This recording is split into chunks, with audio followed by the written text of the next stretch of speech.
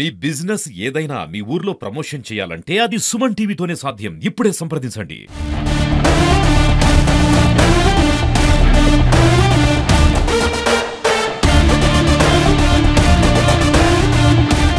కర్నూలు జిల్లా వాసి నంద్యాల జిల్లాలో గవర్నమెంట్ ఎంప్లాయ్గా పనిచేస్తున్న అటెండర్ అయితే కొత్తగా కారు కొని కొడుకుకి అయితే ఇచ్చింది. అయితే కొడుకు ఆ కార్ని వేరే వాళ్ళకి బాడికి ఇవ్వడంతో అయితే ఆ బాడికి తీసుకునే వ్యక్తి ఆచూకీ లేకోకుండా కారు తీసుకొని పరారయ్యాడు. అయితే ఇప్పుడు ప్రస్తుతం సంవత్సరం అయినప్పుడు కూడా కారు కనిపించలేదు, ఆ వ్యక్తి కనిపించలేదు, ఎలాంటి బాడీ కూడా రావట్లేదు అని చెప్పి ఆవేదన వ్యక్తం చేస్తుంది ఆమె. అసలు అడుగుదాం ఏం జరిగిందో. అది చెప్పండి, మా కారు అయితే మీ కొడుకు కొని ఇచ్చినావు, ఆ కారు ఎక్కడ పోయింది, ఏం జరిగింది? బాడకి తిప్పుకుంటాడు కదా అనుకుంటే 2 బాడకలు బాగా ఇచ్చినాడు సార్. మాకి ఈ బాడకి కూడా 10 రూపాయలు ఇవ్వాలి. ఈయనకి తిప్పించుకున్నాక బాడగలు ఇస్తామమ్మా, నెలకు 30 వేలు ఇస్తామని చెప్పి తీసుకున్నాడు సార్. 31/1/2024లో తీసుకున్నాడు సార్ మా కారు. తీసుకున్నాక మేము ఎట్లా చేయాలి ఏం కథ అని ఎన్ని ఆఫీసులకు తిరిగినాం, అన్ని తిరిగినాం, ఏడ పని కాలేదు సార్ మాకు. వాడు కానీ ఇవ్వకపోతే వెంకటేశ్వర రెడ్డి ఇవ్వకపోతే కారు కొనాలని ఎందుకు ఆలోచన వచ్చింది? ఎందుకంటే నా కొడుకు బాగుపడతాడని కొనిచ్చినాను సార్.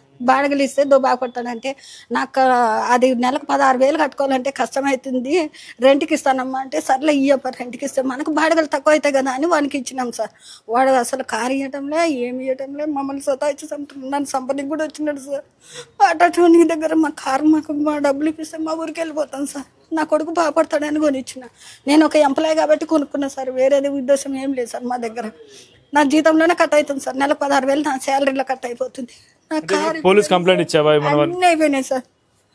పోలీస్ స్టేషన్కి 2 టౌన్కి తిరిగినాం సార్, 3 నెలలు తిరిగిన. ఆడ కాదమ్మా మానందికి కూడా పోయినాము. పీజీఆర్ఎస్లో ఇచ్చిన, ఆడ స్పందనలో కూడా ఇచ్చి వచ్చిన, ఎస్పీ ఆఫీస్లో ఆడగాలే.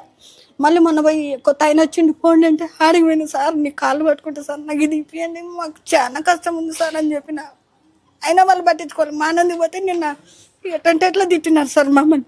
పోయి 2 టౌన్ తీయించుకోవాలి మాకన్నా అంటే ఈడే చూస్తే ఎవరు ఎందుకు తిట్టినారు పోలీసులు?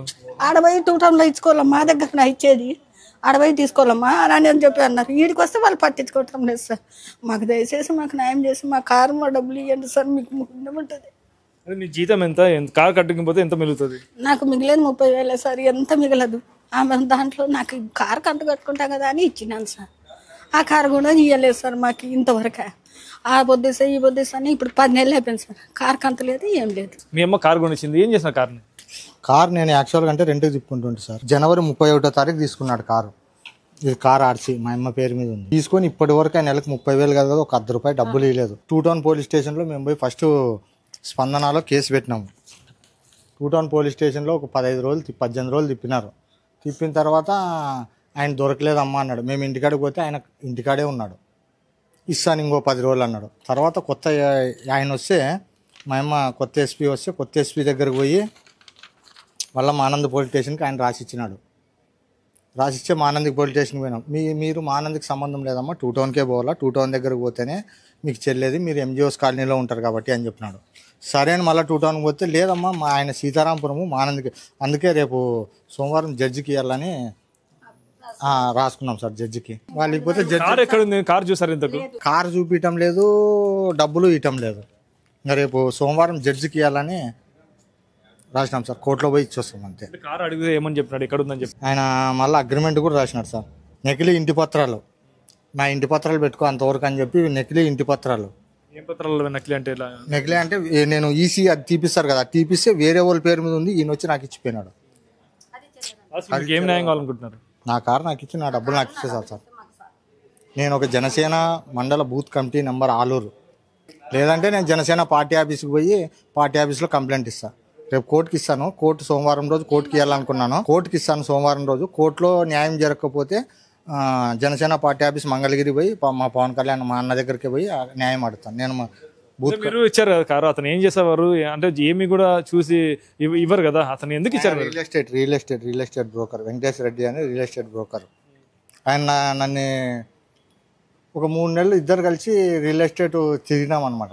నమ్మి ఇచ్చినాను, ఇంత మోసం చేస్తాడని తెలియదు నాకు. ఇప్పుడు లాస్ట్కి పోలీసు వాళ్ళు ఏం చెప్తున్నారు? ఇంతకు ట్రేస్ అవుతారన్నారా అంటే అతను ఉన్నాడా లేడా? ఇంతకు 2 టౌన్ పోతే ఆయనది సీతారాంపురము, నువ్వు మానంది పోయి కంప్లైంట్ ఇవ్వంటారు. మానంది పోతే మీరుండేది ఎన్జిఓస్ కాలనీ, మీకు 2 టౌన్ సంబంధము, మీరు 2 టౌన్ పోయి కంప్లైంట్ ఇవ్వండి అంటారు.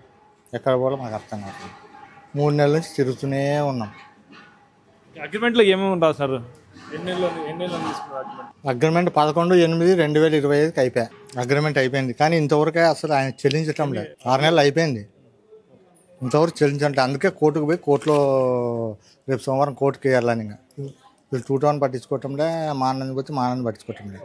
ఇదైతే 6 నెలలు అగ్రిమెంట్ కారు కోసం అద్దెకని 6 నెలలు అగ్రిమెంట్ వేసి ఇచ్చినప్పటికి కూడా 10 నెలలు అవుతున్నా కూడా ₹1 కూడా ఇవ్వకుండా, కారు ఇవ్వకుండా, మనిషి అయితే ఆచూకీ లేకుండా అయిపోయింది. అయితే పోలీసులకు ఎన్ని కంప్లైంట్ ఇచ్చినా కూడా వారు కూడా ఎలాంటివి కూడా పట్టించుకోవడం లేదు అని చెప్పేసి అయితే వాపుతుంది. ఏదేమన్నట్టు కూడా తగిన న్యాయం జరగాలని చెప్పేసి నంద్యాల పోలీసులు అయితే వీళ్ళు ఆశ్రయించడం జరిగింది. ఇది ఇక్కడ పరిస్థితి. కెమెరా పర్సన్ నాగబాబుతో కిరణ్, సుమన్ టీవీ, ఉమ్మడి కర్నూలు జిల్లా.